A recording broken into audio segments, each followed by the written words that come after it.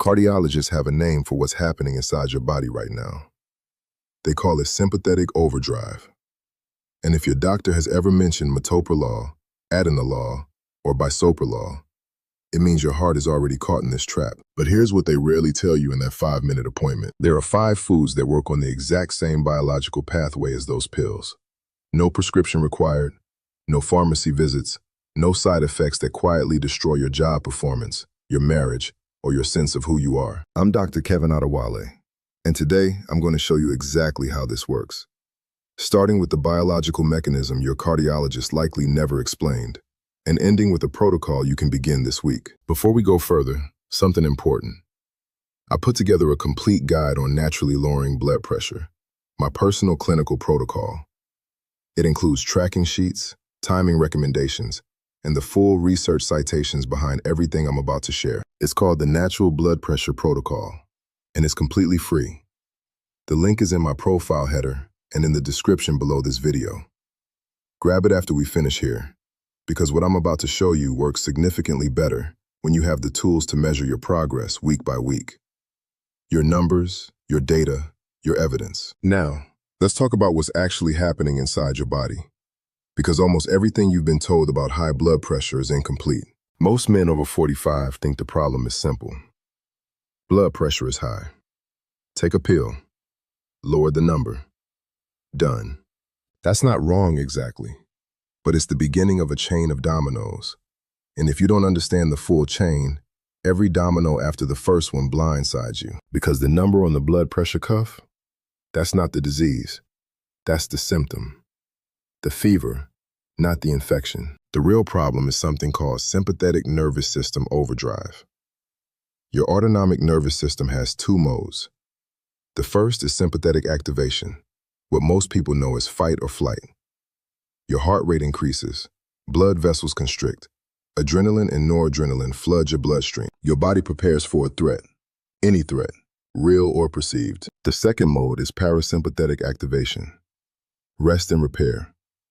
Heart rate slows, blood vessels relax, digestion works properly, immune function recovers.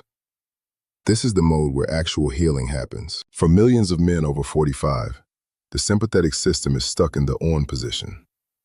Not because there's a tiger in the room, but because chronic stress, disrupted sleep, an inflammatory diet, and years of sedentary patterns have essentially jammed the switch. The system that was designed to save you from acute danger is now running continuously, in the background, every hour of every day. Think of it like a car engine revving at 4,000 RPM while you're sitting in a parking lot.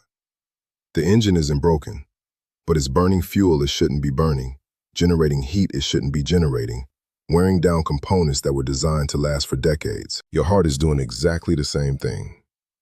Day after day, while you go about your life, while you feel no obvious warning signs, while you assume things are basically fine, the damage is compounding quietly. And here's where the pharmaceutical solution enters the picture. And here's where the next domino falls. Beta blockers. Drugs like Metoprolol, Atenolol, Bisoprolol, and Carvedilol work by blocking the beta-adrenergic receptors in your heart and blood vessels. When adrenaline and noradrenaline are released by your sympathetic system, they normally bind to these receptors and drive up your heart rate and the force of each contraction. Beta blockers sit in those receptor sites like a plug in a socket, preventing the adrenaline signal from getting through. The heart rate slows, blood pressure drops, numbers look better on paper. But here's what the pharmaceutical model doesn't address. The underlying sympathetic overdrive is still there. Your nervous system is still revving at 4,000 RPM. You've simply disconnected the dashboard warning light. The engine is still running hot. The damage is still accumulating. You just can't see the indicator anymore. And here's the biological problem most cardiologists don't warn you about, at least not in a 5-minute appointment. When you block those beta receptors artificially with a pharmaceutical, your body detects that the receptors aren't responding normally. So it compensates. It upregulates. It manufactures more receptors. It makes those receptors increasingly sensitive to whatever adrenaline does get through. Your biology is fighting back, trying to restore the signaling it depends on. You become dependent, not psychologically, biologically. You need the pill not just to manage the original problem, but to prevent your own compensatory biology from triggering a dangerous rebound. And while this dependency builds, the side effects are doing damage in ways that don't show up on any EKG or routine blood test. I want to tell you about a patient I'll call Bob. Bob came to me at 53 years old, project manager at a construction firm, solid career, reasonable income, 24 years of marriage, 3 kids finishing college. His doctor had put him on Metoprolol 2 years earlier after his blood pressure hit 150/95. Standard protocol. The numbers came down. His cardiologist was satisfied. But Bob was losing his mind, not literally. But when he sat across from me, he described something I've heard from hundreds of men on beta blockers. He said, "Dr. Adewale, I feel like I'm watching my own life through a window. I'm there." That's beta blocker-induced cognitive impairment. Brain fog, one of the most common and least discussed side effects of this drug class. Beta receptors aren't only in your heart, they're distributed throughout your brain. When you block them systemically, you slow neural signaling, reduce cerebral blood flow, and interfere with the catecholamine systems involved in memory, focus, and executive function. Bob was forgetting details at work, making errors he hadn't made in 20 years of managing complex projects. His supervisor eventually put him on a performance improvement plan. A man who had overseen multi-million-dollar construction projects for 2 decades, suddenly struggling to keep track of basic scheduling. The chronic fatigue started around month 3 on the medication. He described waking up and feeling like he'd already worked a full shift before his feet hit the floor. Because in a sense, he had. Beta blockers reduce cardiac output. Less blood moving efficiently through the body means less oxygen delivered to muscles and brain tissue. The fatigue isn't laziness. It isn't weakness. It is your cardiovascular system operating at a fraction of its design capacity, and your body registering that deficit every single morning. And then depression arrived. His wife noticed something else before he did. She said nothing for months. Eventually, she had to say it. That conversation nearly ended their marriage. Beta blockers reduce the cardiac and vascular response to all sympathetic stimulation, including the kind you want and need for normal sexual function. In men, erectile function depends on both parasympathetic vasodilation and sympathetic coordination working together in precise sequence. Disrupt that system pharmacologically, and you disrupt the function itself. Studies suggest that somewhere between 30 and 40% of men on beta blockers experience clinically significant sexual dysfunction. That is not a footnote side effect. That is a major quality of life finding that should be front and center in every single patient conversation. By the time Bob came to see me, he had already made a decision. He had done his research. He had found online forums where other men described identical experiences. And he had decided to stop his medication on his own. That decision almost sent him to the emergency room. This is the critical warning. If you take only one thing from this video, it must be this. You cannot stop beta blockers suddenly. You cannot. Bob cut his dose in half without telling his cardiologist. Within 72 hours, his resting heart rate shot up to 120 beats per minute. His blood pressure spiked to 170/105, higher than it had ever been before medication. He had chest pressure, cold sweat. He drove himself to the emergency room. This is called rebound tachycardia and rebound hypertension. It's not a fringe risk. It is documented, predictable pharmacology, and it can be lethal. Remember what I explained about the body compensating by manufacturing more receptors?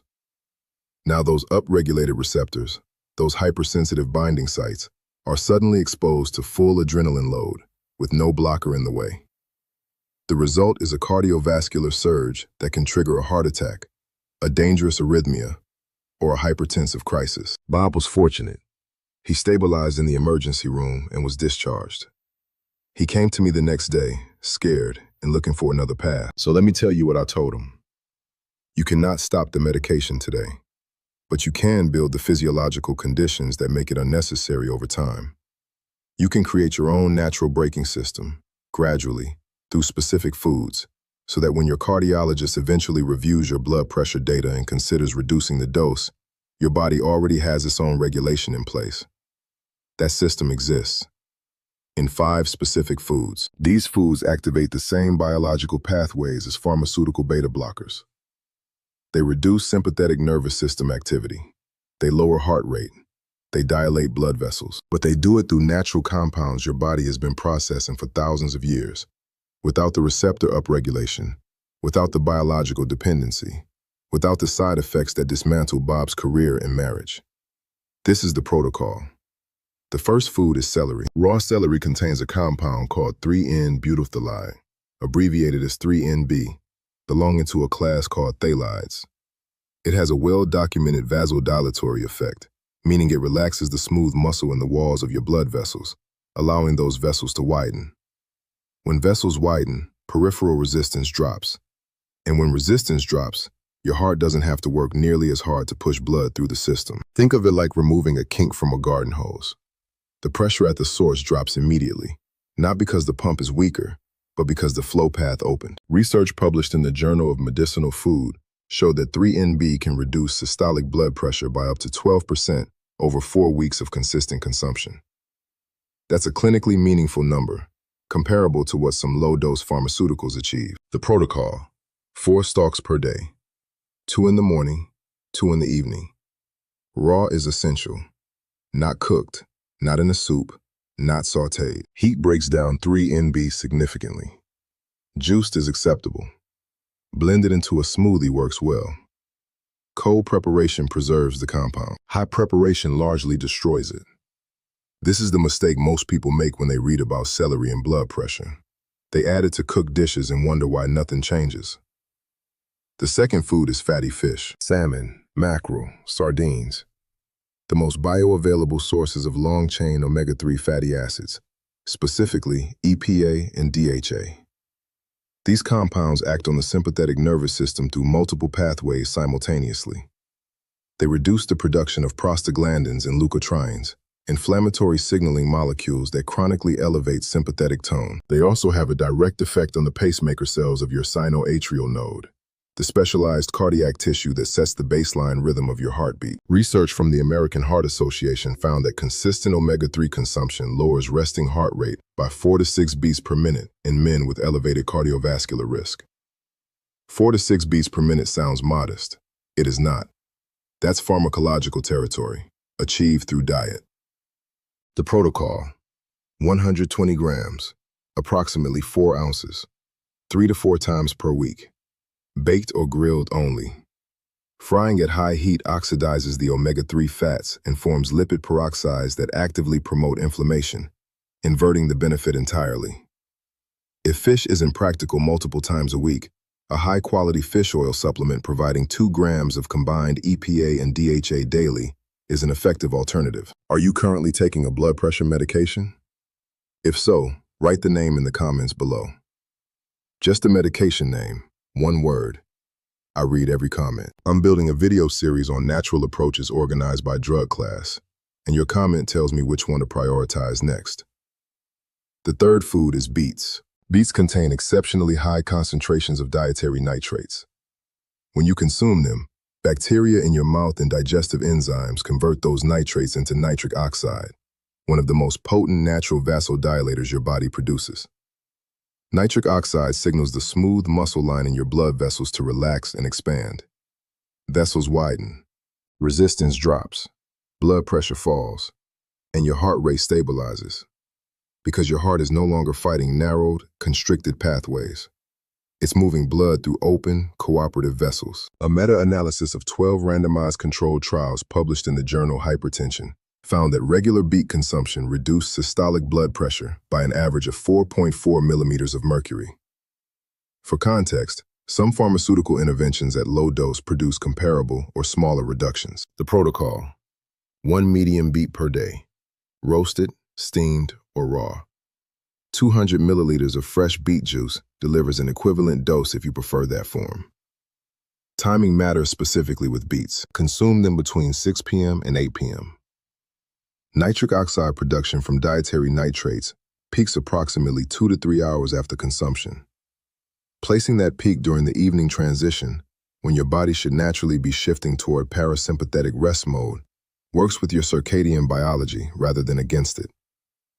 The fourth food is garlic. Raw garlic contains allicin, a compound with documented effects on sympathetic nervous system activity at the receptor level. A major review published in the Journal of Nutrition found that allicin reduces adrenaline receptor sensitivity, meaning that even when adrenaline is present and circulating, its effect on heart rate and vascular constriction is meaningfully attenuated. It's working on a mechanism similar to a pharmaceutical beta blocker, but through enzyme modulation and receptor regulation rather than direct blockade. The effect is gentler, cumulative, and critically, it does not create the upregulation problem that makes pharmaceuticals so dangerous to stop. But almost everyone makes the same mistake that eliminates most of the benefit. When you crush or chop garlic, you activate an enzyme called allinase. This enzyme converts the precursor compound allin into active allicin. But allinase is heat sensitive. If you drop freshly chopped garlic immediately into a hot pan, you destroy the enzyme before it completes the conversion. No functional enzyme means minimal allicin, minimal therapeutic benefit. You've turned a powerful cardiovascular food into flavoring. The 10-minute rule changes everything. Crush 1 to 2 cloves. Set them on the cutting board. Wait exactly 10 minutes at room temperature. That's sufficient time for allinase to complete the allicin conversion fully. Then cook or consume. Even if you add the garlic to a hot dish afterward, you've already locked in the allicin. The compound itself is considerably more heat stable than the enzyme that produces it. That single 10-minute adjustment doubles or triples the therapeutic value of every clove you eat. The fifth food is dark chocolate, not milk chocolate, not anything below 85% cocoa content. The genuine article. Dark chocolate at 85% or higher contains dense concentrations of flavonols, a subclass of flavonoids. Flavonols trigger nitric oxide production in your vascular endothelium, the inner lining of blood vessels, through a completely different mechanism than beets, but with overlapping outcomes. They also measurably reduce cortisol, your primary stress hormone. Lower cortisol means lower sympathetic activation. It gives your nervous system a genuine biochemical signal that the threat has passed and it is safe to stand down. Research from Harvard Medical School found that daily consumption of high cocoa dark chocolate was associated with significantly lower blood pressure and reduced arterial stiffness in men over 40 who consumed it consistently across 8 weeks. The protocol: 30 grams, roughly 1 ounce per day. Best timing is midday, between 2 p.m. and 4 p.m. Cortisol follows a natural arc through the day, highest in the early morning, declining through the afternoon. Adding flavonols during that natural afternoon decline deepens and extends the cortisol reduction. It also creates a small daily ritual of genuine pleasure, and anticipating something pleasurable is itself a measurable parasympathetic activator. Your nervous system begins to shift before the chocolate even reaches your bloodstream. The critical mistake: buying anything labeled dark that contains 60 or 70% cocoa. At those levels, sugar content overwhelms the flavonol benefit and drives insulin responses that actively work against the rest of this protocol. 85% minimum. Read the label every time. Now, back to Bob. I implemented this protocol with Bob alongside a gradual, medically supervised medication taper coordinated with his cardiologist. I want to be completely clear. We did not remove his metoprolol suddenly. We did not reduce it without physician direction. Any reduction in a beta blocker must be discussed with and directed by your prescribing doctor. This is not optional guidance. It is a safety requirement. What happened with Bob over the following months was the domino chain running in reverse. End of week 1. Resting heart rate dropped from 78 to 72 beats per minute. He described waking without the familiar morning heaviness. Something has shifted in how he came to consciousness each day. End of week 2. His wife said something to him. She said, "You're back." He wasn't entirely sure what had changed, the protocol or the early medication reduction or both. It was almost certainly both. But she noticed it before he did. By week 4, blood pressure was running consistently at 128/82. Not perfect, but clear. Without the fog, without the fatigue, without the dysfunction that had nearly ended his marriage. His cardiologist, reviewing 4 weeks of blood pressure logs Bob brought to the appointment, agreed to reduce the metoprolol dose by 25%. Month 3, half the original dose. Pressure stable. Cognitive function restored. energy returning across the full day in a way he hadn't experienced in 2 years. He told me that for the first time in almost 3 years, he was genuinely present at his daughter's graduation dinner, not watching through the window, there, at the table. Month 6, off medication entirely, under full medical supervision with weekly monitoring, then bi-weekly, then monthly. Last spring, Bob sent me a message. His supervisor had pulled them aside again, not for a performance improvement plan, to offer him a promotion. That's the chain running in the right direction. Here's a realistic timeline for what you can expect following this protocol consistently. Week 1, reduce morning resting heart rate.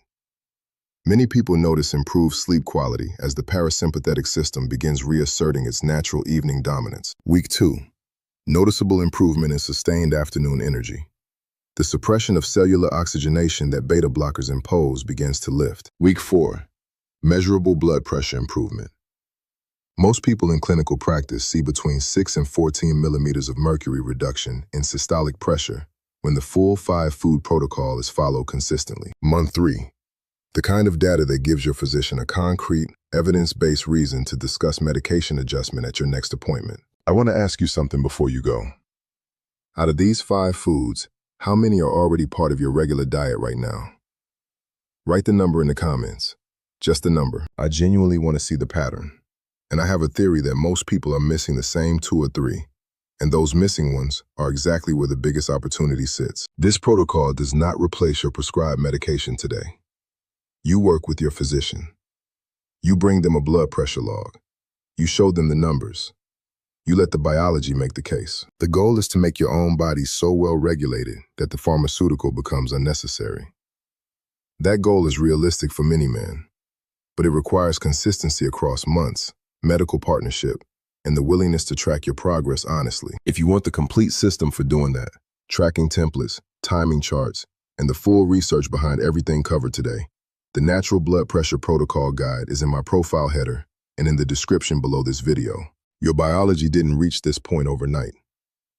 It built through years of accumulated signals, thousands of mornings, thousands of meals, thousands of nights of incomplete rest, and it will recalibrate through better ones. But you can begin giving those signals today. 1 stalk of celery with breakfast. 1 piece of salmon this week. 1 crushed clove of garlic with 10 minutes of patience before you add it to your food. Start there. That's the first domino. And once it falls, the rest follow.